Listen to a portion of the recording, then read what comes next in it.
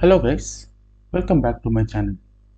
So today we will be seeing how to make a 2D drawing of the model which we made in the previous video.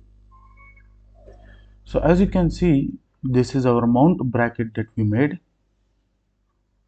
and this is the isometric view, this is the front view, the side view, and this is the top view. So let's get started. So before starting our drawing, we have to make sure that we are saving our 3D model, because only a saved 3D model will be taken for 2D drafting. So I will select new here, and you can see ansimm.idw, that in the drawing create an annotated document column. Select and hit on create. This is the default page that you will get in Autodesk Inventor, the light yellowish color. So you can go here in tools, you can hit document settings, you can select sheet color to white, and you can hit OK, apply and close. So white color is preferred in the industries for its easy to view characteristics. And you can see here your drawn by name and the date will appear, as well as the scale column will be here, and DWG number, everything, your title, everything will be mentioned over here. So I will go to this mount bracket 3D tab, and I will hit on drawing, and I will select the base view. You can see the drawing view has popped up, the window has popped up, which contains component, model, display, recovery options, components, everything. So you have the file name, representation, styles. So I will select hidden line, that will show the dotted hidden lines. This is removing the hidden lines, and this is the shaded view. You have label, so here I will write front view. So before starting this, I want to say that I am employing third angle projection for my drawing. So you can see the scale here, 1:1 is too small. This is the scale preview. So I will select 2:1, and you can see it has enlarged.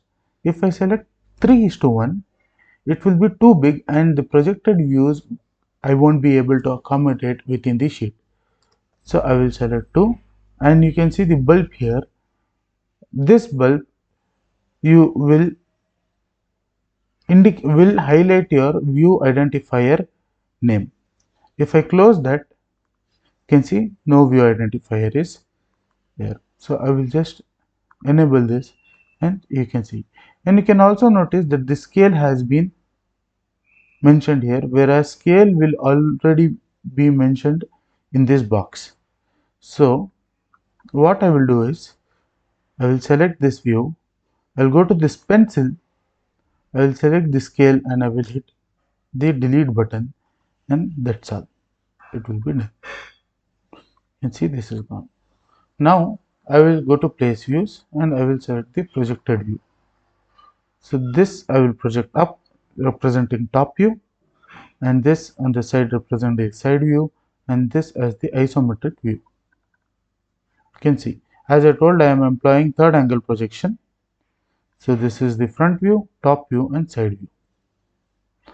We don't need in this drawing, but just for your reference, I'm saying you can select projected view, and you can select the side view and drag, and this will give you a backside view of the component.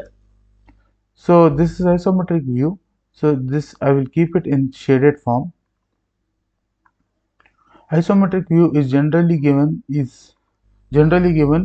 to show the vendor who is manufacturing how the actual part looks after it has been manufactured.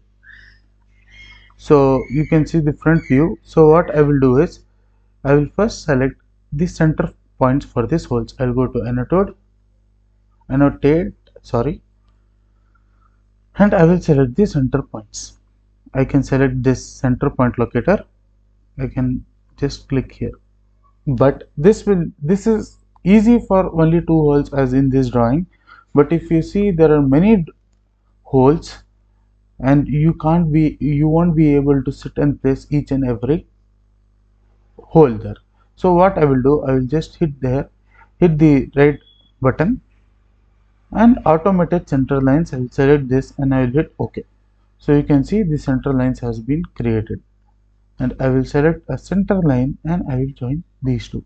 This center line represents that this is in straight line, that is horizontally constrained. What we did in our 3D model, it will represent it.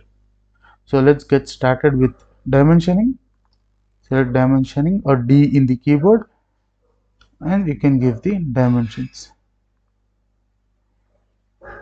As you are giving the dimension, you will get an edit dimension. Here is the text, whatever you want to write, you can write here, and here is the precision and tolerancing. So precision and tolerancing, this is default, it is set.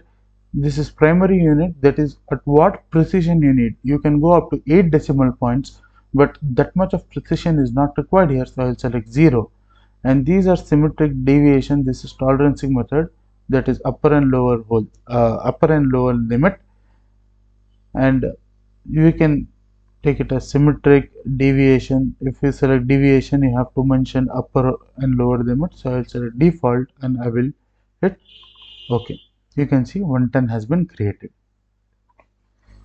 and I will go here.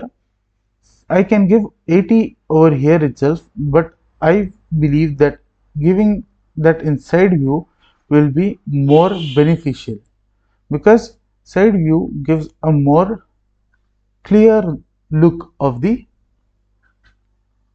part from the side, the height of it. So first finish the front view. So dimensioning, we have these holes. So from side till here it is 30, the hole center.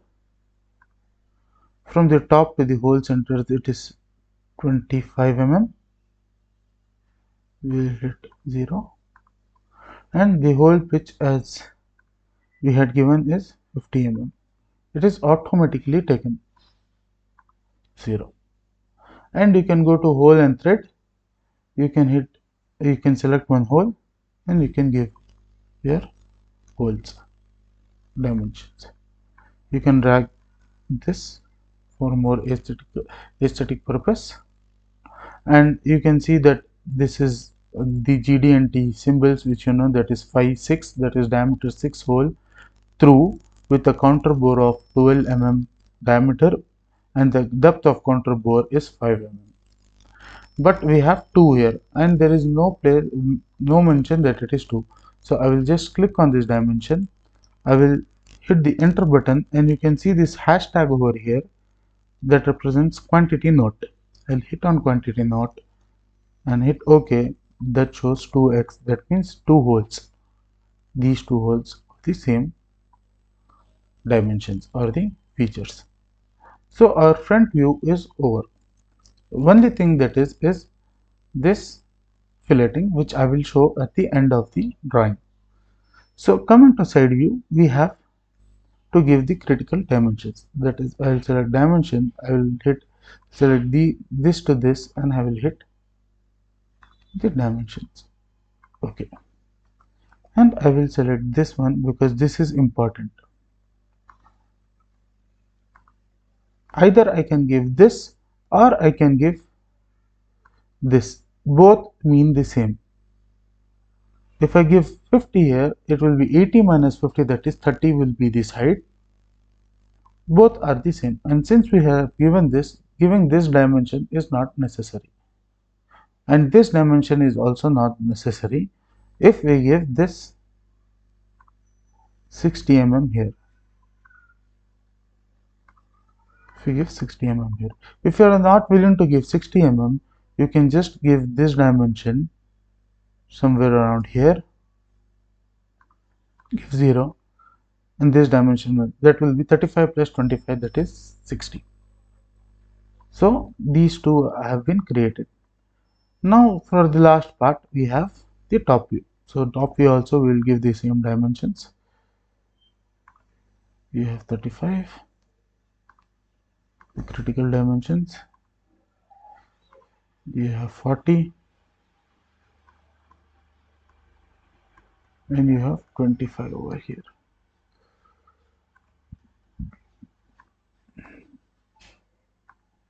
You have 25 over here. That's all. This, if you want, you can give, because it's 110 and 45, this will automatically be 35. No, so not required. So this is done. The top view also is done. So all the critical dimensioning has been done.